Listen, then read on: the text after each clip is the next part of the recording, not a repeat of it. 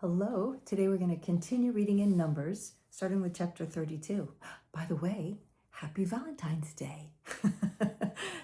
it's February 14th, so happy Valentine's Day. I love you so much, Mom. I'm reading these to you because I love you so much, and I enjoy this time to bless you. So, Numbers chapter 32. The Reubenites and Gadites, who had very large herds and flocks, saw the lands of Jazer and Gilead were suitable for livestock. So they came to Moses and Eleazar the priest and to the leaders of the community and said, Adaroth, Dibon, Jazer, Timrah, Heshbon, Elialah, Sabam, Nebo, and Beon, the land the Lord subdued before the people of Israel, are suitable for livestock, and your servants have livestock. If we have found favor in your eyes, they said, let this land be given to your servants as our possession. Do not make us cross the Jordan. Moses said to the Gadites and Reubenites, shall your countrymen go to war while you sit here? Why do you discourage the Israelites from going over into the land the Lord has given them? This is what your fathers did when I sent them back from Kadesh Barnea to look over the land. After they went up to the valley of Eshcol and viewed the land, they discouraged the Israelites from entering the land the Lord has given them. The Lord's anger was aroused that day, and he swore this oath, because they have not followed me wholeheartedly, not one of the men 20 years old or more who came up from Egypt will see the land I promised on oath to Abraham, Isaac, and Jacob. Not one except Caleb, son of Jephunneh the Kenite, and Joshua, the son of Nun. For they followed the Lord wholeheartedly. The Lord's anger burned against Israel, and he made them wander in the desert 40 years, until the whole generation of those who had done evil in his sight was gone. And here you are, a brood of sinners, standing in the place of your fathers and making the Lord even more angry with Israel. If you turn away from following him, he will again leave all this people in the desert, and you will be the cause of their destruction. And then they came up to him and said, we would like to build pens here for our livestock and cities for our women and children, but we are ready to arm ourselves and go ahead of the Israelites until we have brought them to their place. Meanwhile, our women and children will live in fortified cities for protection from the inhabitants of the land. We will not return to our homes until every Israelite has received his inheritance. We will not receive any inheritance with them on the other side of the Jordan, because our inheritance has come to us on the east side of the Jordan. What do you think about that? I mean, they saw this land and they thought it was beautiful. And maybe it was, and they were looking out for their wives and their children to protect them. But don't you think the land God had set aside for you 40 years ago is better than anything your eyes can see? That's my 2 cents. So anyway, we'll keep reading. They didn't ask me what I thought.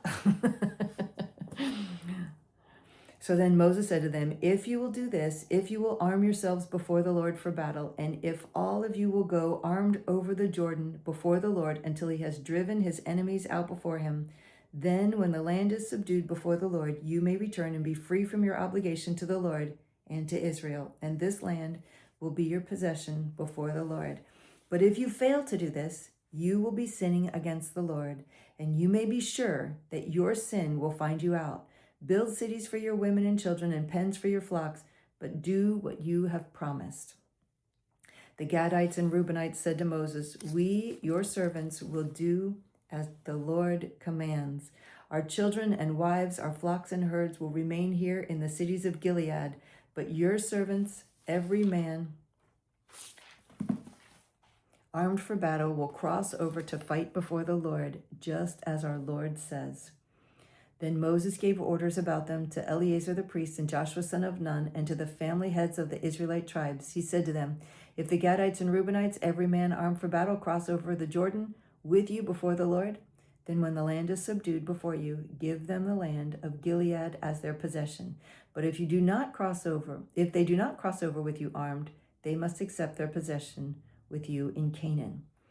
The Gadites and Reubenites answered, your servants will do what the Lord has said. We will cross over before the Lord into Canaan armed.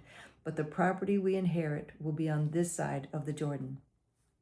Then Moses gave to the Gadites, the Reubenites, and the half-tribe of Manasseh, son of Joseph, the kingdom of Sihon, king of the Amorites, and the kingdom of Og, king of Bashan, the whole land with its cities and the territory around them.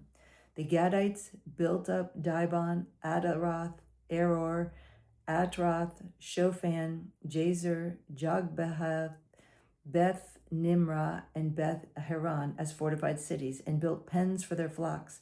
And the Reubenites rebuilt Heshbon, Elelah, and Kiriathaim, as well as Nebo and Baal Meon. These names were changed. And Sibmah, they gave names to the cities they rebuilt. The descendants of Machir, son of Manasseh, went to Gilead, captured it, and drove out the Amorites who were there. So Moses gave Gilead to the Machrites, the descendants of Manasseh, and they settled there. Jair, a descendant of Manasseh, captured their settlements and called them Havoth Jair, and Nobah captured Kenath and its surrounding settlements and called it Nobah after himself. Then Moses set aside 3 cities east of the Jordan to which anyone who had killed a person could flee if he had unintentionally killed his neighbor without malice aforethought. He could flee into one of the cities and save his life. The cities were these: Bezer in the desert plateau for the Reubenites, Ramoth in Gilead for the Gadites, and Golan in Bashan for the Manassites. Oh, Manassites. Couldn't get the accent on the right syllable. Sorry, I got it. Okay. On the plains of Moab, by the Jordan across from Jericho, the Lord said to Moses, "Speak to the Israelites and say to them, when you cross the Jordan into Canaan, drive out all the inhabitants of the land before you. Destroy all their carved images and their cast idols and demolish all their high places. Take possession of the land and settle in it, for I have given you the land to possess. Distribute the land by lot according to your clans. To a larger group, give a larger inheritance. To a smaller group, a smaller one. Whatever falls to them by lot will be theirs, distributed according to your ancestral tribes. But if you do not drive out the inhabitants of the land, those you allow to remain will become barbs in your eyes and thorns in your sides. They will give you trouble in the land where you will live, and then I will do to you what I plan to do to them." Wow, that's not good. "Remember what the Amalekites did to you along the way when you came out of Egypt. When you were weary and worn out, they met you on your journey and cut off all who were lagging behind. They had no fear of God. When the Lord your God gives you rest from all the enemies around you in the land he is giving you to possess as an inheritance, you shall blot out the memory of Amalek from under heaven. Do not forget." The Lord said to Moses, "Command the Israelites and say to them, when you enter Canaan, the land that will be allotted to you as an inheritance will have these boundaries. Your southern side will include some of the desert of Zin along the border of Edom. On the east, your southern boundary will start from the end of the Salt Sea, cross south of Scorpion Pass, continue on to Zin, and go south to Kadesh Barnea. Then it will go to Hazar Adar and over to Asmam, where it will turn, join the Wadi of Egypt, and end at the sea.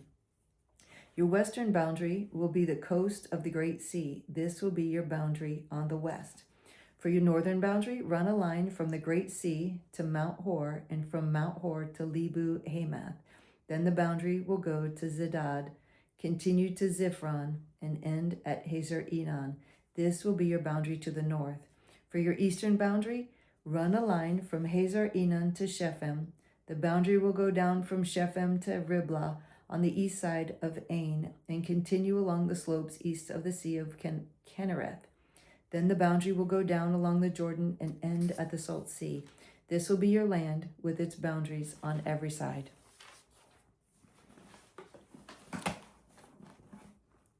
Moses commanded the Israelites, "Assign this land by lot as an inheritance. The Lord has ordered that it be given to the 9.5 tribes, because the families of the tribe of Reuben, the tribe of Gad, and the half-tribe of Manasseh have received their inheritance.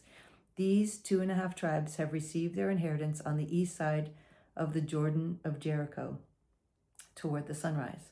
The Lord said to Moses, "So these are the names of the men who are to assign the land for you as an inheritance: Eleazar the priest and Joshua son of Nun. And appoint one leader from each tribe to help assign the land. These are their names: Caleb son of Jephunneh from the tribe of Judah, Shemuel son of Ammihud from the tribe of Simeon, Eladad son of Kislon from the tribe of Benjamin, Buki son of Jogli, the leader from the tribe of Dan, Haniel son of Ephod, the leader from the tribe of Manasseh son of Joseph, Kemuel son of Shiftam, the leader from the tribe of Ephraim son of Joseph, Elizaphan son of Parnak, the leader from the tribe of Zebulun, Paltiel son of Azan, the leader from the tribe of Issachar, Ahihud son of Shalomi, the leader from the tribe of Asher, Pedahel son of Ammihud, the leader from the tribe of Naphtali. These are the men the Lord commanded to assign the inheritance to the Israelites in the land of Canaan. On the plains of Moab, by the Jordan, across from Jericho, the Lord said to Moses, "Command the Israelites to give the Levites towns to live in from the inheritance the Israelites will possess, and give them pasture lands around the towns. Then they will have towns to live in and pasture lands for their cattle, flocks, and all their other livestock. The pasture lands around the towns that you give the Levites will extend out 1,500 feet from the town wall. Outside the town, measure 3,000 feet on the east side, 3,000 on the south side, 3,000 on the west, and 3,000 on the north, with the town in the center. They will have this area as pasture land for the towns. 6 of the towns you give the Levites will be cities of refuge to which a person who has killed someone may flee. In addition, give them 42 other towns. In all, you must give the Levites 48 towns, together with their pasture lands. The town you give the Levites from the land the Israelites possess are to be given in proportion to the inheritance of each tribe. Take many towns from a tribe that has many, but few from the one who has few." So that's all for today. Thank you for joining me. It's always a pleasure to read with you. I love you so much. Happy Valentine's Day. Bye.